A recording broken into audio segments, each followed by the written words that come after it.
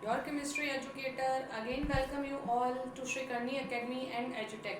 बेटा हम लोग क्लास 11th केमिस्ट्री का GOC general organic chemistry start कर चुके हैं, जो कि बहुत इंपॉर्टेंट आपका बेसिक फॉर्म करने वाला टॉपिक है और उसमें हम लोग आगे बढ़ रहे हैं।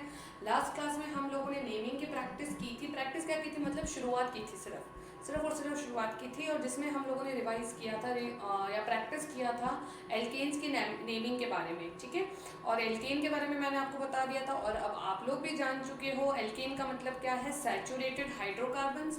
और वो सैचुरेटेड हाइड्रोकार्बन्स की नेमिंग किस तरह से करनी है, एल्क प्लस एन के अकॉर्डिंग नेमिंग करनी है। हर एक में काउंटिंग मैंने आपको बता दी है, math plus N, methane, ethane, propane, butane, इतना आप सीख चुके हो। इवन आप स्ट्रक्चर बनाना भी सीख चुके हो। तो आज हम लोग नेक्स्ट टॉपिक से स्टार्ट करेंगे, कुछ और नेमिंग, कुछ और नए रूल्स और कुछ और नए कंपाउंड्स के साथ। Okay everybody, so let's start now. कल हम लोगों ने एल्कीन कंप्लीट कर लिया, आज हम लोग second type of homologous series start कर रहे हैं, जिसे हम कह रहे हैं एल्कीन। ओके एवरीबॉडी, एल्कीन के बारे में मैंने आपको पहले भी बताया था थोड़ा सा कॉन्सेप्ट। तो देखो किसे कहते हैं alkene. These are unsaturated hydrocarbons with double bond. ठीक है, अनसैचुरेटेड तो है ही, सिर्फ एल्केन है जो सैचुरेटेड की कैटेगरी में आता था। एल्कीन और एल्काइन दोनों किस कैटेगरी में आते हैं, अनसैचुरेटेड। तो अनसैचुरेटेड में भी ये कौन सी कैटेगरी में फॉल करता है, जहां पे आपको क्या देखने को मिलेगा, डबल बॉन्ड। कहाँ पे देखना है डबल बॉन्ड, मैंने पिछले क्लास में अच्छे से एग्जांपल क्लियर किया था। डबल बॉन्ड और ट्रिपल बॉन्ड को आपको ठीक से ऑब्जर्व करने हैं कि वो कार्बन और कार्बन के बीच में हो, और किसी कार्बन ने अगर किसी अनदर एटम के साथ, अदर देन कार्बन के साथ अगर डबल और ट्रिपल बॉन्ड फॉर्म किया है, तो फिर वो सैचुरेटेड और अनसैचुरेटेड डिटरमाइन नहीं करेगा। क्लियर है बात। तो these are the unsaturated compounds with double bonds only, सिर्फ डबल बॉन्ड वालों को हम लोग एल्कीन कहते हैं। Next, their general formula is CnH2n। ये आपको दिमाग में रखना है, ये फॉर्मूला आपको ध्यान है। लास्ट टाइम भी हमने इसी फॉर्मूले में n की वैल्यू चेंज कर करके बहुत सारे एल्केन के एग्जाम्पल स्टडी किए थे, तो वैसा ही यहाँ पे आपको पता है n is nothing, it is just the number of carbon atom. Clear है ये बात आप लोगों को।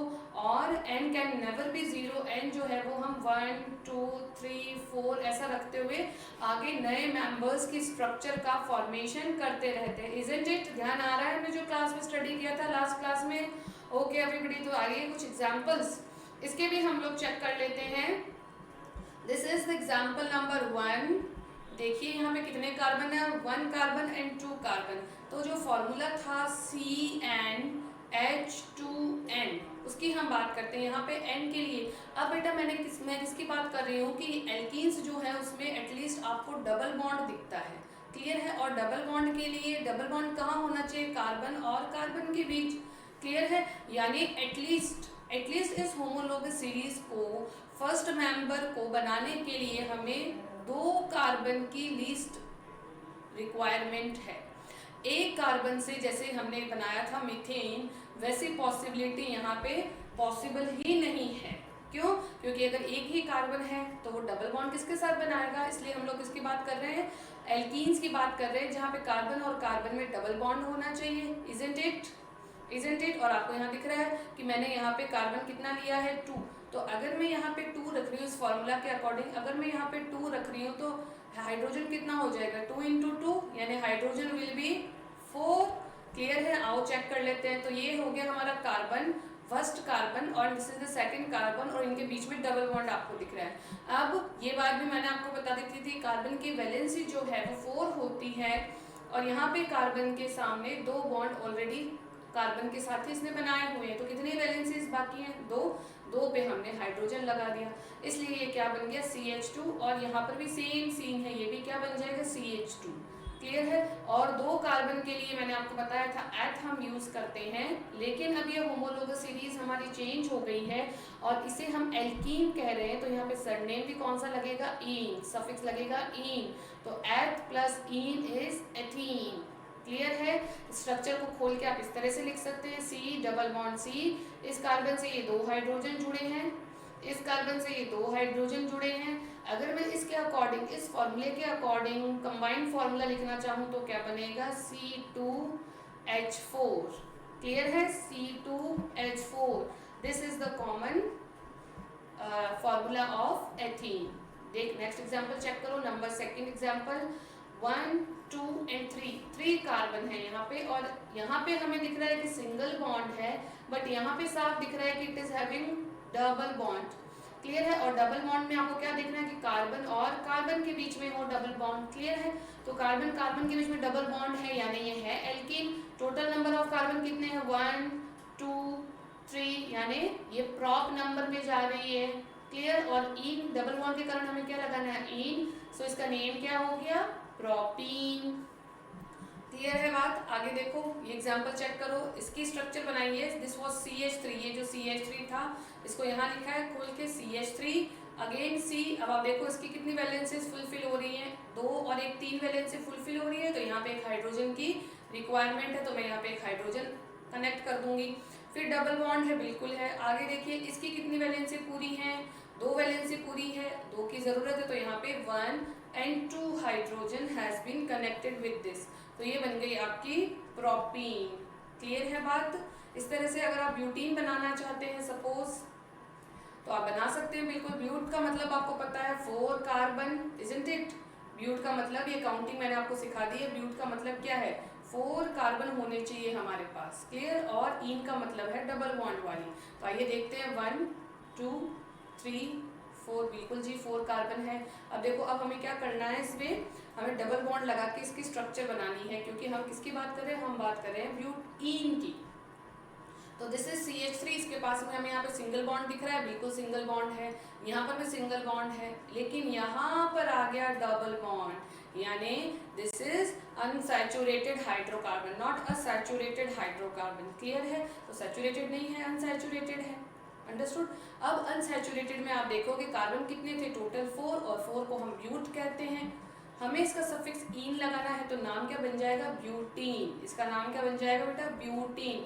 आप इस स्ट्रक्चर को इस तरह से भी लिख सकते हो। ऑलरेडी यहाँ पे 2 वैलेंसी फुलफिल है, तो 2 हाइड्रोजन यहाँ कनेक्ट कर चुके हैं हम, तो हम इसे इस तरह से लिख सकते हैं, CH3 CH2 CH double bond CH2, ये बन गई हमारी ब्यूटीन। आगे 5 नंबर वाले कार्बन को हम क्या कहते थे, पेंट, इजंट इट। हमने ये केमिस्ट्री की गिनती हम लोग सीख चुके हैं, तो यहाँ पे हम लिखते हैं पेंट ईन। कैसे, देखो single bond single bond single bond, but यहाँ पे डबल बॉन्ड है, यानी अनसैचुरेटेड एल्कीन की कैटेगरी में ये चला गया। और कार्बन कितने हो गए, चेक कर लो जी फिर से, कार्बन कितने हैं, दिस इज 1 2 3 4 एंड 5 कार्बन को हम पेंट कहते हैं। हमारे सामने जो कंपाउंड है वो एल्कीन है, तो पेंट प्लस ईन बन गया हमारा पेंटीन। क्लियर है बात। आप इस स्ट्रक्चर को कंबाइंड फॉर्म में इस तरह से भी लिख सकते हैं, CH3 CH2 CH2 CH double bond CH2, तो ये आपकी बन जाती है पेंटीन। आई होप आपको क्लियर हो रहे हैं एग्जांपल्स। कुछ नहीं है, हम लोग क्या कर रहे हैं, सक्सेसिव मेंबर से तो स्टडी कर रहे हैं, और हमें पता है एक मेंबर से दूसरे मेंबर की तरफ जब हम लोग प्रोग्रेस करते हैं, जब हम लोग मूव ऑन करते हैं, तो एक CH2 यूनिट का ही डिफरेंस होता है, और कोई डिफरेंस नहीं होता है। फिजिकल केमिकल प्रॉपर्टीज भी इनकी एक ही होमोलोगस सीरीज के जितने भी मेंबर्स होते हैं उनकी फिजिकल और केमिकल प्रॉपर्टीज भी सिमिलर होती हैं। आई होप समझ आ रही है बात आपको। एग्जांपल्स चेक करोगे तो अगर मैं आपसे कहूँ कि you need to draw the structure आपको बनानी है एंड नेमिंग करनी है। ठीक है, नेमिंग किसके करनी है, होमवर्क में मैं आपको क्वेश्चन दे देती हूँ। You need to draw alkene of 6 7 8 9 and 11 carbon. 11 carbon atoms की 6 7 8 9 एंड 11 कार्बन एटम्स की आप एल्कीन बनाएंगे, स्ट्रक्चर बनाएंगे और उनकी नेमिंग भी लिखेंगे। क्लियर है, ओके एवरीबॉडी, ओके। लाओ आगे मूव ऑन करें। आई होप समझ आ गई है बात आप लोगों को। Okay, now let's move on to next heading which is alkyne. किसकी बात कर रहे हैं, अब हम लोग एल्काइन की बात कर रहे हैं। याद आ रहा है आपको, ये नाम बताए थे मैंने। अगेन ये जो है हमारा अनसैचुरेटेड कंपाउंड है, हमारी 3rd टाइप की होमोलोगस सीरीज जिसे हम कह रहे हैं एल्काइन की सीरीज, उसे स्टार्ट कर रहे हैं। दीज आर अनसैचुरेटेड कंपाउंड्स, ये भी अनसैचुरेटेड हैं। याद आ रहा है, अभी हमने जो पढ़ा वो भी तो अनसैचुरेटेड था और ये भी अनसैचुरेटेड है। किस बात का डिफरेंस है, इसमें ट्रिपल बॉन्ड प्रेजेंट होगा और वहां पे कौन सा बॉन्ड प्रेजेंट था, वहां पे डबल बॉन्ड प्रेजेंट थे। Understood everybody. तो यहाँ पे ट्रिपल बॉन्ड है, इस कारण से हम इसे क्या कहेंगे, एल्क तो वैसा का वैसा ही है, क्या बदल गया, आइन। आइन वर्ड से आप पहचान जाओगे अनसैचुरेटेड वाले कौन से, ट्रिपल बॉन्ड। अगर एल के बाद इन होता तो आप समझ जाते कौन से वाले, जिनमें डबल बॉन्ड होता है कार्बन कार्बन के बीच में। क्लियर है, कंफ्यूज नहीं होना है, कार्बन कार्बन का ध्यान देना है। मैंने आपको बताई हुई है ये बातें पहले भी, जहाँ पे कंफ्यूज हो जाते हैं बच्चे, कब, जब स्टार्टिंग में चल रहे होते हैं। बाद में तो धीरे धीरे आप अपने आप एक्सपर्ट हो जाओगे, जितने ज़्यादा आप एग्जाम्पल सॉल्व कर लोगे, जितने ज़्यादा स्ट्रक्चर्स आप ड्रॉ कर लोगे, जितने ज़्यादा स्ट्रक्चर्स आप लोग देख लोगे, उनके साथ साथ आप क्या करोगे, अपने आप से इनमें एक्सपर्ट होते जाओगे। क्लियर है। इनका जनरल फॉर्मूला देख लो, किस तरह से हमें रिप्रेजेंट करना है, किस तरह से हमें नए नए मेंबर्स बनाने हैं। CnH2n-2, ये है इनका जनरल फॉर्मूला। n का मतलब आपको बता दिया है, it is nothing, it is the number of carbon atom और इसकी वैल्यू हम 1 से लेके कितने भी स्टार्ट कर सकते हैं। क्लियर है। अब यहाँ पे वैल्यू हाइड्रोजन की कैसे निकालेंगे, जो नंबर यहाँ सेलेक्ट किया उसको मल्टीप्लाई बाई 2, उसमें से माइनस करना है 2। जब आप इनकी नेमिंग कर रहे हैं तो आपको कौन सा जनरल वे यूज करना है, एल्क। एल्क मतलब कैसे पता चलेगा आपको, from the number of carbon atom. इससे हमें पता चलता है कि हमें एल्कीन कौन सा लेना है, एल के लिए कौन सा प्रीफिक्स यूज करना, और आइन एज इट इज सब में लगने वाला है। क्लियर है बात, क्लियर है सभी के दिमाग में। अब सबसे बड़ी बात ये है, अगर मैं आपसे कह रही हूँ कि हमें एल्काइन की होमोलोगस सीरीज के एग्जांपल्स करने हैं, तो फर्स्ट एग्जांपल कौन सा होगा, can anyone tell me, can anyone. Okay देखो, अगर हम बात कर रहे हैं यहाँ पे ट्रिपल बॉन्ड्स की, तो आपको पता है कि डबल और ट्रिपल बॉन्ड कहाँ पे प्रेजेंट होना चाहिए, कार्बन और कार्बन के मिड में। तो अगर कार्बन और कार्बन की ही आपको बात करनी है तो at least we require 2 carbon in the first member of this series. 2 से कम कार्बन का मेंबर यहाँ पे पॉसिबल नहीं है। क्यों नहीं है, अब आई थिंक कि रीजन आपको पता चल गया है, क्यों प्रेजेंट नहीं हो सकता, क्यों पॉसिबल नहीं हो सकता। तो मिनिमम जो सबसे छोटा मेंबर होगा वो 2 कार्बन का होगा, यानी ये वाली सीरीज भी बिल्कुल एल्कीन के जैसे 8 से स्टार्ट होगी। क्लियर है। ओके, आओ एग्जाम्पल चेक करते हैं हम एल्काइन के कुछ एग्जाम्पल से। देखो फर्स्ट एग्जाम्पल में हमने कितने कार्बन लिए, this is the first carbon and this is the second carbon, isn't it. 2 carbon लिए हैं। अब दोनों कार्बन किससे जुड़े हुए, 3 लाइन यानी ट्रिपल बॉन्ड से जुड़े हैं तीनों कार्बन। अब ये कार्बन की भी 3 वैलेंसी पूरी हो गई, इस कार्बन की भी 3 वैलेंसी पूरी हो गई। क्या बच गया है, hydrogen is remaining over here. Hydrogen क्यों, क्योंकि इसकी 3 वैलेंसी पूरी है, एक अभी ब्लैंक है, तो हमने इसको एक वेकेंट वैलेंसी को किससे जोड़ दिया, हाइड्रोजन से। यहाँ पे भी सेम सीन है तो यहाँ पे भी एक हाइड्रोजन कनेक्ट कर दिया। ओके एवरीबॉडी, अब नाम क्या होगा, देखो 2 कार्बन के कारण एथ और ट्रिपल बॉन्ड के कारण आइन, so it's name is ethyne. Clear है बात दिमाग में सभी के, ethyne. Okay, next example check करो बेटा, CH3CCH। कैसे, अब देखो कितने कार्बन है, 1 2 एंड 3, 3 कार्बन एटम्स हैं, बिल्कुल है। यहाँ पे हमें क्या दिख रहा है, सिंगल बॉन्ड, लेकिन यहाँ हमें क्या दिख रहा है, ट्रिपल बॉन्ड दिख रहा है। बिल्कुल साफ साफ आपको दिखाई दे रहा है कि it is a triple bond. और ट्रिपल बॉन्ड देखते हैं हम क्या कह देते हैं कि कंपाउंड कौन सा है, एल्काइन का कंपाउंड है। कार्बन कितने हैं, 1 2 3, तो 3 कार्बन के कारण प्रॉप और ट्रिपल बॉन्ड के कारण आइन, तो नाम क्या बन गया, प्रोपाइन। अंडरस्टूड एवरीबॉडी, क्लियर हो रही है बातें। ओके, अगर आप ये बॉन्ड्स नहीं दिखाते हैं तो आप इसको इस तरह से लिख सकते हैं, CH3C triple bond CH। Clear है। आगे चेक कर लो, देखो ब्यूटाइन को, CH3CH2 C triple bond CH, ये ट्रिपल बॉन्ड दिख रहा है यानी एल्काइन है। समझ आ गई बात। ओके, देखो कितने फटाफट समझ रहे हो, सभी इस फटाफट से समझेंगे। कार्बन 1 2 3 4, 4 कार्बन के कारण हम इसे क्या कहेंगे, ब्यूट, और ट्रिपल बॉन्ड के कारण हम इसे कहेंगे आइन, तो नाम क्या बन जाएगा इसका, ब्यूटाइन। ओके एवरीबॉडी, ओके चलो नेक्स्ट चेक करते हैं, fourth example, CH3CC। Okay, this is CH2, 2 valency, यहाँ पे भी 2 वैलेंसी हाइड्रोजन से, 1 कार्बन एंड 1 मोर कार्बन। यहाँ पे हमें ट्रिपल बॉन्ड दिखाई दे रहा है, यानी ये भी क्या है, एल्काइन है। नंबर ऑफ कार्बन कितने चेक कर लो, 1 2 3 4 और ये है 5। अगर 5 कार्बन है तो हम उसे क्या कहते हैं, पेंट कहते हैं। और अगर ट्रिपल बॉन्ड है तो क्या लग जाएगा, आइन। तो ये किसका स्ट्रक्चर बना लिया हमने, किसका नाम लिख लिया हमने, 5 कार्बन वाले एल्काइन का नाम लिख लिया। क्लियर है बात। और 5 कार्बन वाले एल्काइन का नाम क्या होगा, pentyne. Okay everybody, pentyne. Clear है, स्ट्रक्चर समझ आ रही है आई होप सभी को। अगर मैं आपसे कहूँ कि you need to draw structure of hexyne, बना लोगे? चलो फटाफट बना लो, ड्रॉ कर लो अपनी नोटबुक्स में। हेप्टाइन कहीं पे भी एक जगह लगा दो। ओके अच्छा, वैलेंस से फुलफिल करना ध्यान रखोगे।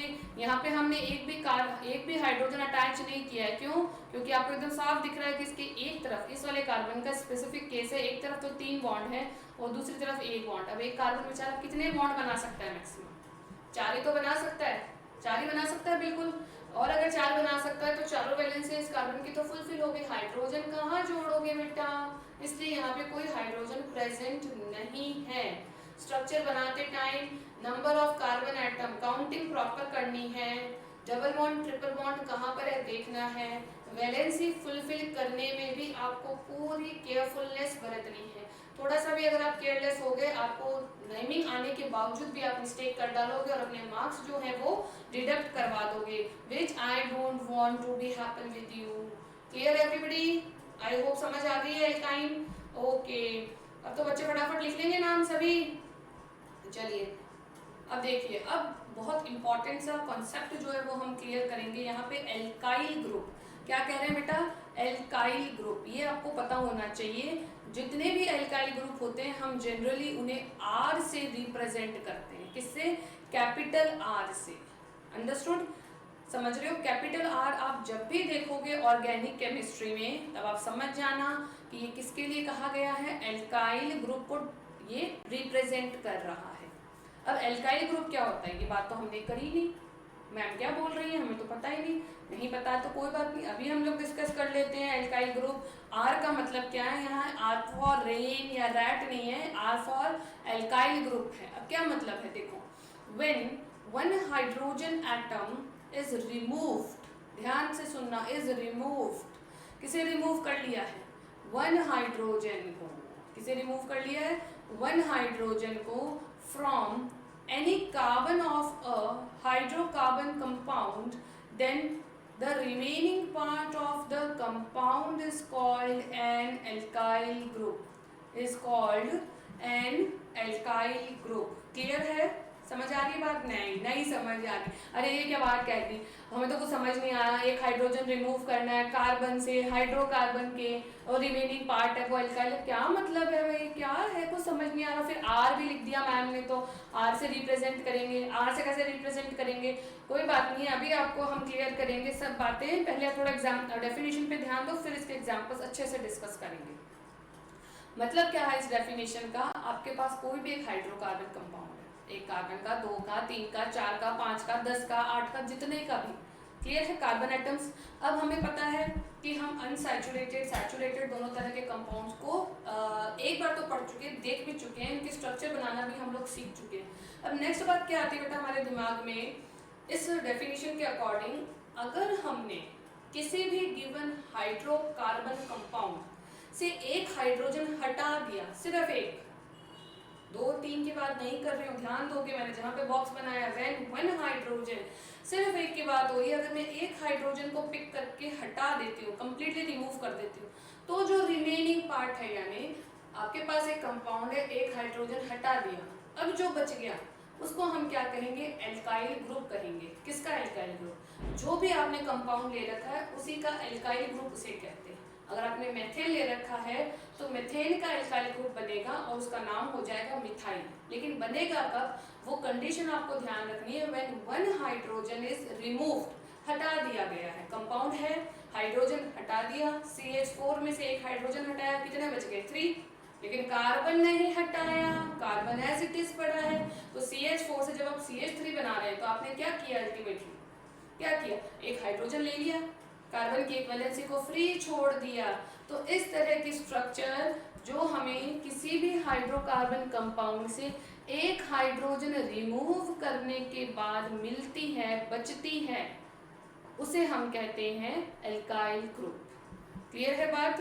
नहीं समझ आ रहा तो मैं और अच्छे से भी आपको समझाऊंगी एग्जाम्पल्स की हेल्प से। ये देखो example number 1 is for you. ये क्या है, ध्यान आ गया आपको? मीथेन। इसे हमने मीथेन कहा था, 1 कार्बन सिंगल बॉन्ड मीथेन। ठीक है, अब मैं यदि इस मीथेन से एक हाइड्रोजन हटा रही हूँ, ये लो जी भाई, -1 हाइड्रोजन कर रही हूँ, तो कार्बन तो एक का एक ही रहेगा, कार्बन की बात नहीं कर रही हूँ, ध्यान से देखोगे कार्बन का कोई डिस्कशन नहीं है, सिर्फ हाइड्रोजन की बात कर रहे हैं। यहाँ पे 4 हाइड्रोजन थे, यहाँ देखा मैंने 3 ही बचे हुए।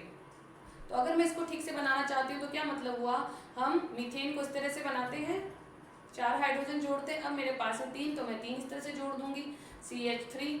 ये जो एक वैलेंसी है ये इसकी वेकेंट है, खाली पड़ी है।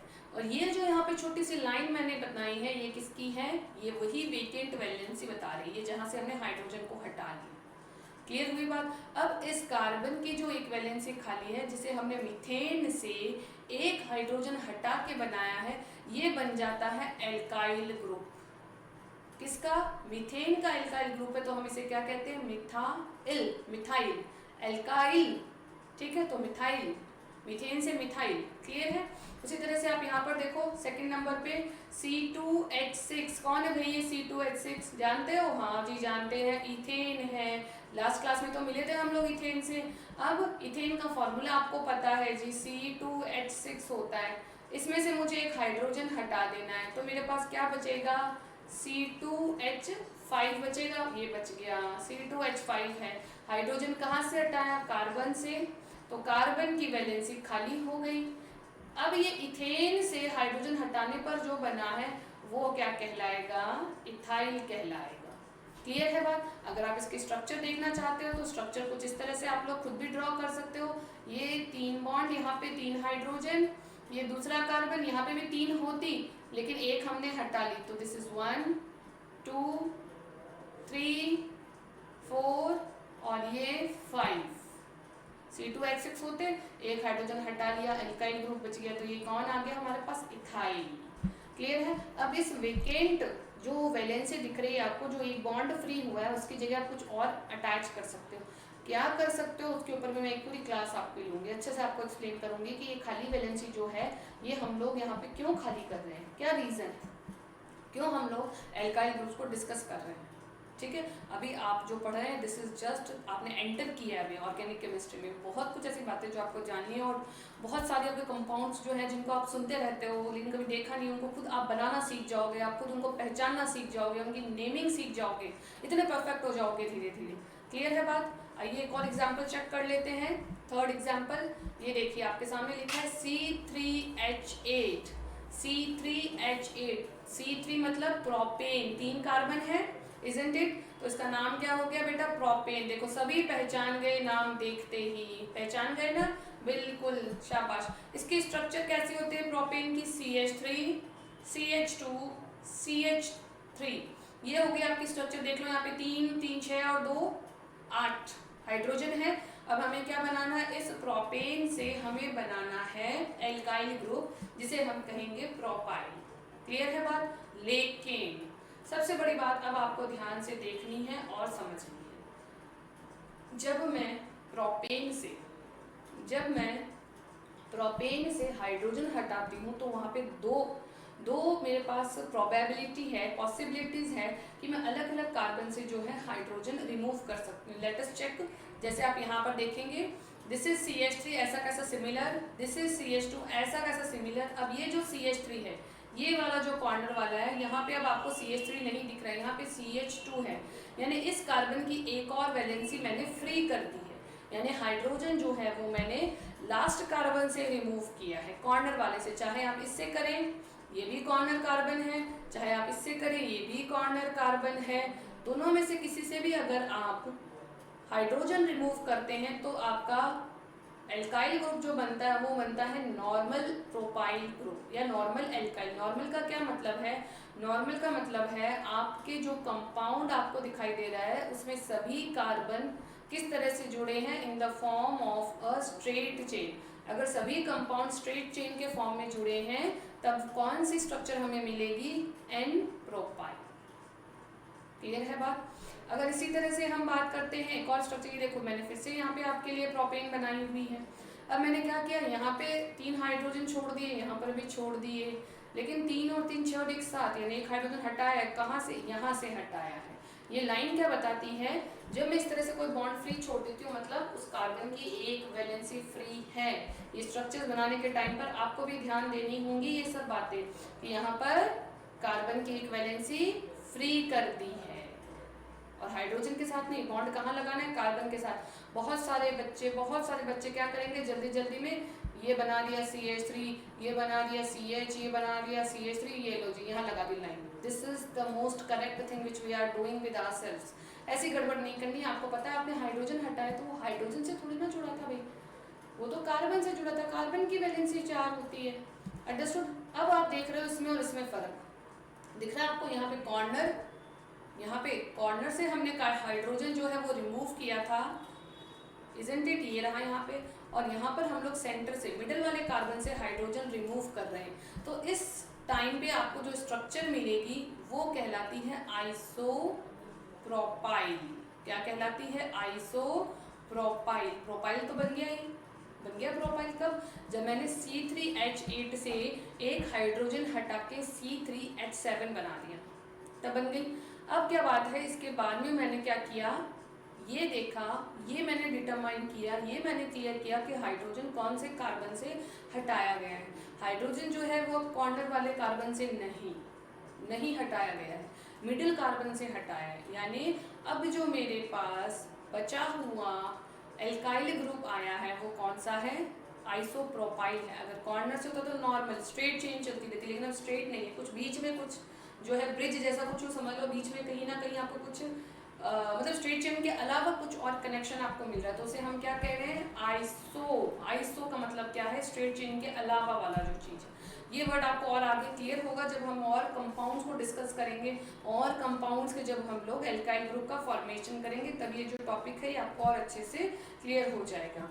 आई होप आपको समझ आई ये बातें अच्छे से। एल्काइल ग्रुप का जो मतलब है वो समझ आए। जैसे मैंने अगर मिथाइल लिखा है तो मैं सिर्फ आर से भी लिखती हूँ, तो मतलब कोई भी एल्काइल ग्रुप, क्लियर है, कोई भी। आर का मतलब है any of the alkyl group, वहाँ मेंशन नहीं किया कि 1 कार्बन है 2 कार्बन है, लेकिन यहाँ पे मैंने आपको बनाना बताया है कि एल्काइल ग्रुप का मतलब क्या है, एक हाइड्रोजन कैसे रिमूव करना है। हाइड्रोजन रिमूव करने के बाद जो बची हुई स्ट्रक्चर है उसमें आपको कार्बन के साथ एक फ्री बॉन्ड दिखाना है, जहाँ से आपने हाइड्रोजन को हटाया था वो वैलेंसी जो है खाली बच गई है, तो वो आपको दिखाना पड़ेगा वहाँ पे। और आपने जो एल्केन लिए जहाँ से आप H हटा रहे हैं, हाइड्रोजन रिमूव कर रहे हैं, वहाँ पर ही आपको क्या मिल रहा है, उसी नाम से आप उस एल्काइल ग्रुप को जानेंगे। मीथेन का मिथाइल, इथेन का इथाइल, लेकिन प्रोपेन के 2, एक तो कॉर्नर से हटाया एन प्रोपाइल, सेंटर में से हटाया आइसोप्रोपाइल। क्लियर है, आई होप आपको समझ आ रहा है। इसी उम्मीद के साथ आज मैं आपसे अलविदा लेती हूँ। नेक्स्ट क्लास में कुछ और नए और अच्छे कंपाउंड्स के नेमिंग स्ट्रक्चर हम लोग पढ़ेंगे। तब तक के लिए good bye everyone, thanks for watching the video and keep revising yourselves. Okay everybody.